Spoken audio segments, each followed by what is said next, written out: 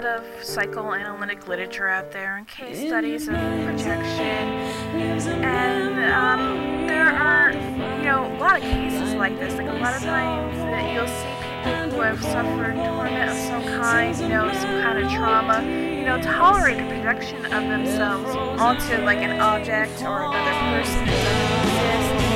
Cases of schizophrenia and cases where it doesn't mean that the person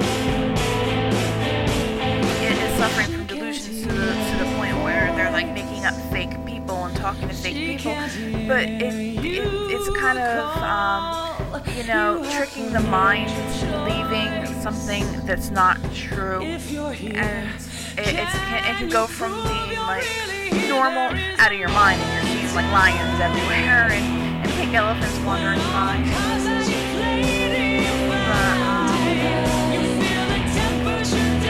A lot of times too in this game, you're led to believe that Harry really does exist, and you realize, like in the beginning, when you see this person watching this VHS tape over and over and over again, that what's going on with the father discovering the truth is like he's still the same person watching this happen.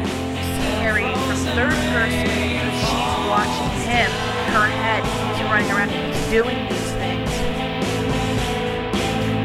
And at the same time, if she's talking to Dr. K, or she might not be talking to Dr. K, it's questionable. Like I said, like Dr. K's existence is questionable.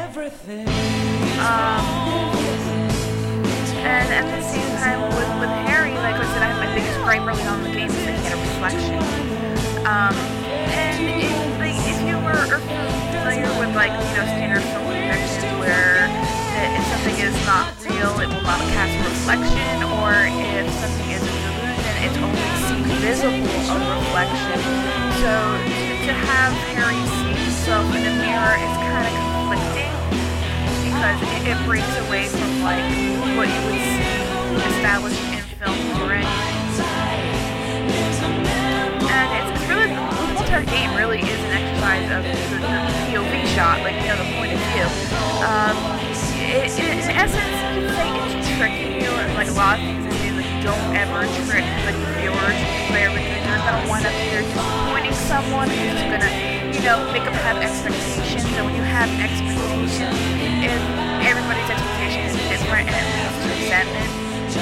And when I saw the on the Wii, if you went online and you checked out like the coming attractions, kind of like little reels that they had an interview with one of the creators from Climax at E3, and he said, well, a lot of people believe that Harry died in the first game, and I don't know who these people are who believe that Harry died, but I can agree with that, because in essence, having Harry die totally defunks the three of the games.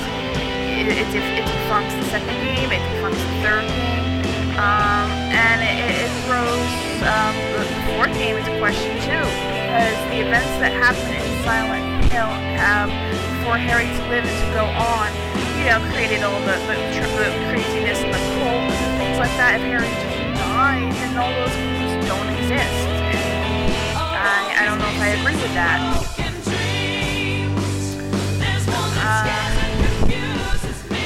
I wish that there were multiple endings outside of the one that had Harry being dead. Like, I could see him being distant from her or something, or dying at a later point. I don't know. It's a difficult situation. My impressions of the game, I thought that it was okay. I didn't like the battles. I didn't like the running. It was frustrating enough to make me not want to play it at all. Absolutely. Especially early on when you're unfamiliar with the areas and you have to learn them. There's nothing fun about running away from something. It's supposed to inspire fear. I'm sure that there is some fear related to it, but in the end it just becomes frustrating and annoying. And I've mentioned several times, like playing Resident Evil when the hunters come into the house and you have no ammo left.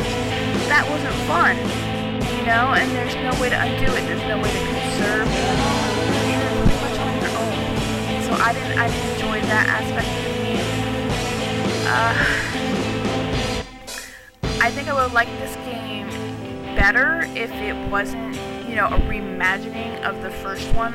I mean, if it was a standalone Silent Hill from different characters' perspective, I think I would have enjoyed it more. Of course, it would be difficult for them because you're taking characters that are already established and just telling it in a different way. So people are going to see something that's familiar and they're immediately going to react to it, like the lighthouse, like the boat. Like when you see the boat and you're like, oh, I remember the boat.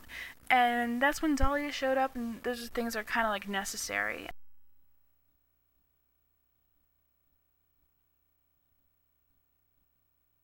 Oh, and here's all the mementos that we collected throughout the game. And each one of those mementos pertains to something in the first game or in the later games.